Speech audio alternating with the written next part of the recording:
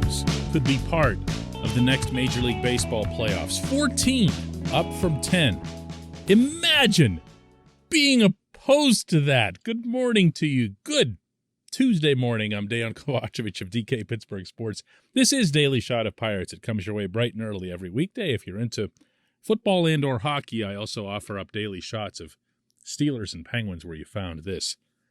14 is the number that's been put forth by the owners in these ongoing labor discussions with the players' union. Not surprisingly, the players are opposed to this. I'm not making that up.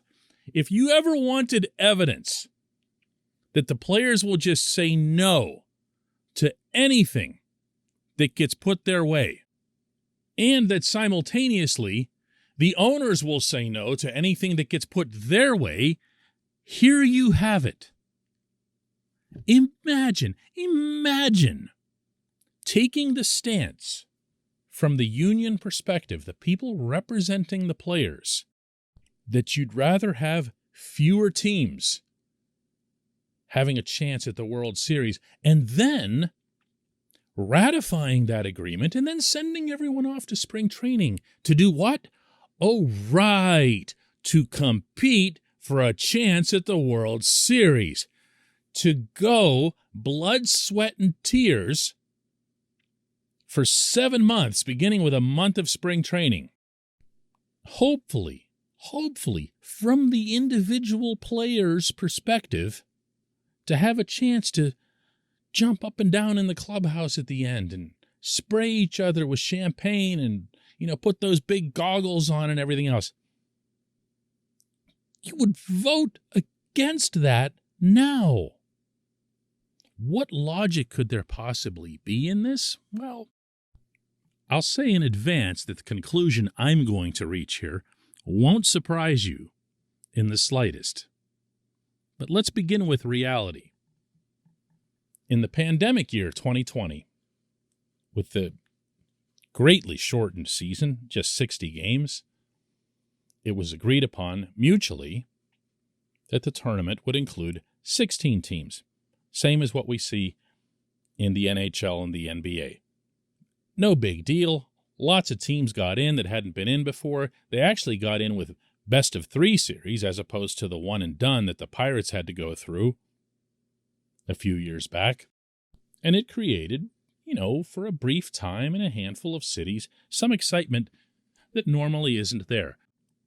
Did a handful of teams sneak in that might have otherwise in a normal year not gotten in? Yeah, but again, pandemic, more happiness, more whatever.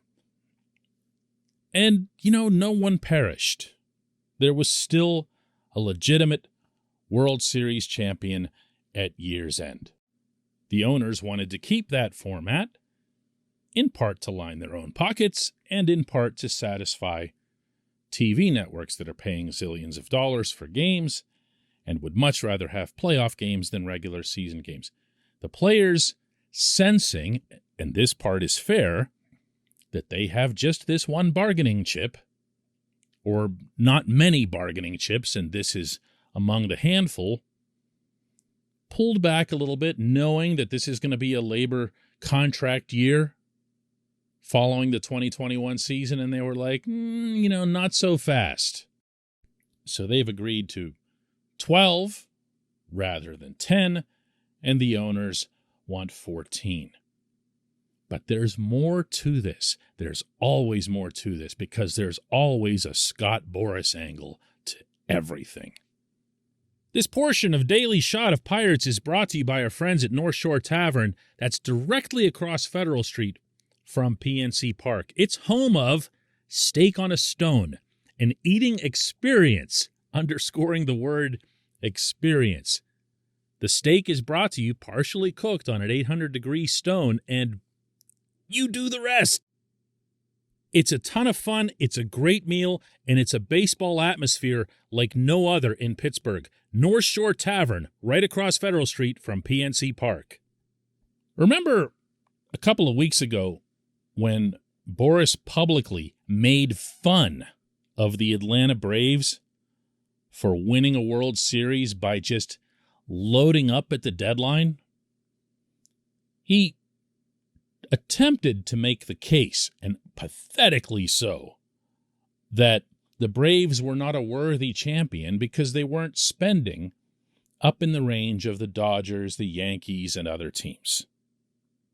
That this was a team that was put together at the last second, just a patchwork group that didn't cost all that much, and as such, they were inauthentic.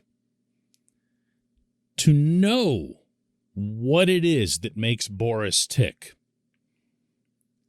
you'd have to know this. You'd have to know his thinking regarding the Braves.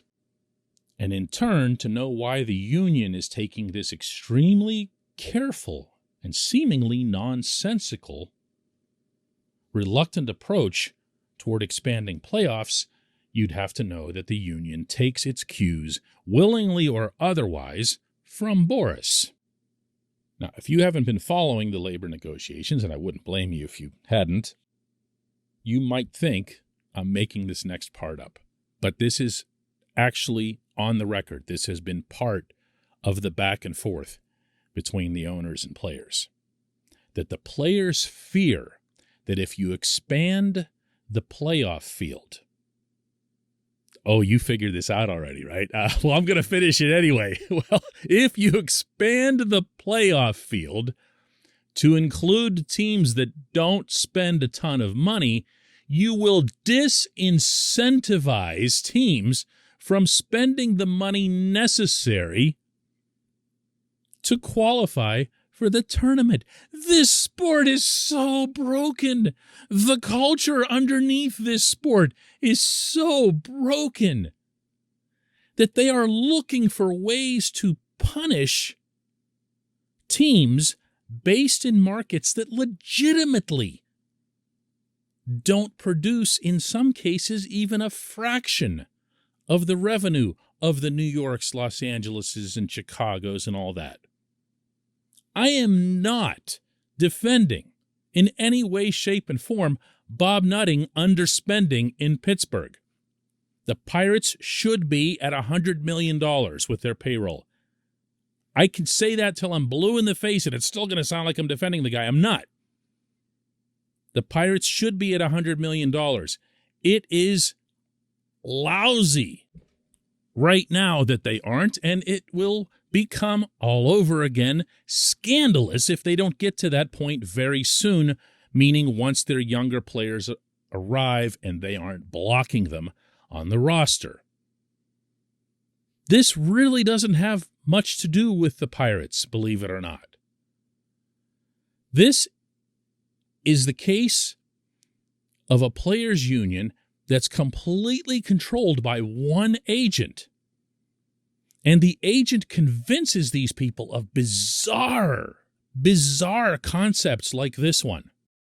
And they've all somehow been able to convince each other that the teams that don't have the same amount of money just deserve to be punished for it repeatedly, again and again and again.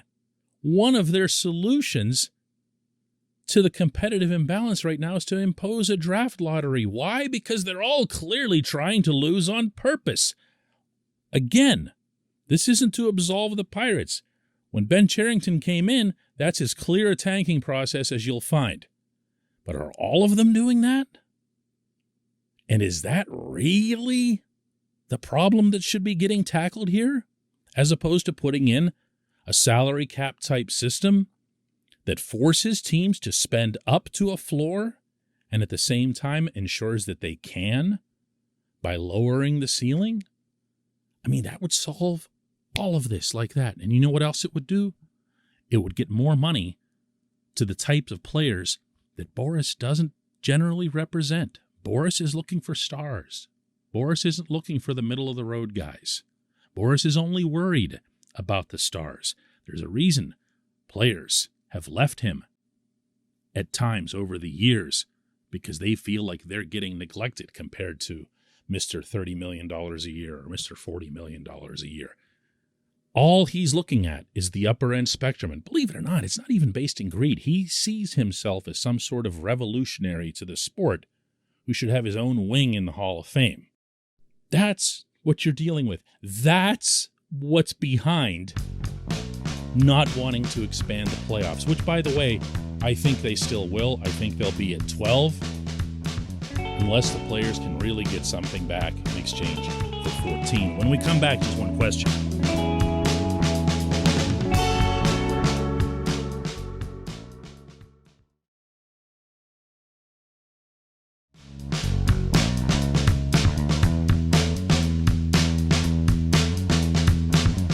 Welcome back. It's time for Just One Question. Today's comes from Bill, who asks simply, will there be a baseball season this year? Will it be a full season? My sense, Bill, most unfortunately, is that there will be a baseball season, and there's at least a chance that it'll be a full season. Not that I don't want to see baseball. Of course I want to see baseball. I want to cover baseball. I want to fly around and report on baseball in a lot of my favorite different places across the country. This isn't about that. It's just that with every reported set of discussions between the owners and players, all of the topics that come up are the same topics that have been in play for years. It's about what year does salary arbitration kick in? What year can free agency get going? Service time manipulation. There's nothing new that's been put on the table since the owner's very first proposal. And that, to me, is unsettling. That strongly suggests to me that any action that would be taken by the owners at this stage to bring back into the discussion any kind of original or even unoriginal concept that legitimately addresses competitive balance would result in nothing more than everybody just storming out of the room. Whereas if they had just hung on to that concept, or at least challenged the other side to work with it, to modify it into some form that'd be acceptable to them and, of course, to Mr. Boris, you might have gotten somewhere. Maybe. But like this, the only way it's going to get somewhere, and this is, by the way, the reason that I've been openly hoping that there would be at least a significant delay to the season, the only way it gets somewhere is if outward hostility emerges, kind of like what we saw in the initial COVID breakout year in 2020, when the sides, even in the midst of a global pandemic with people literally fearing for their lives, these guys still couldn't get off message just to put together a patchwork season. Everything was still about fighting for this or fighting for that. Most of it, to keep repeating myself, Boris-based. So yeah, if you see a session here at any point in the next 3 to 4 weeks, and that's when pretty much everyone is predicting that you'd better have something done or you're not going to have any semblance of a spring training, at least not starting on time. Season couldn't start on time from what I understand if they don't have a total agreement done by March 1. They need to come to blows. They need for things to get really, really gnarly. Storm out. Throw briefcases or something. I don't know. What does it look like when they get mad? I don't know. Walk away. Let everyone know that you no longer care about the urgency. Don't just say it. Show it that you no longer care about the urgency of getting the season started. Now that's when you start getting the owners to think, hey, listen, these guys are completely unreasonable. We might as well just put in the system we want because, we own the company, we run the company, and by law, we set the work rules. They don't have to oblige by them, but we set them. And that's when things get, whoa. But at least you start moving in a direction that rather than punishing teams for not having enough revenue, you start figuring out ways to A, get them some, and B, force them to spend it on baseball. Seems reasonable. I appreciate the question. I appreciate everybody listening to Daily Shot of Pirates. We will do another one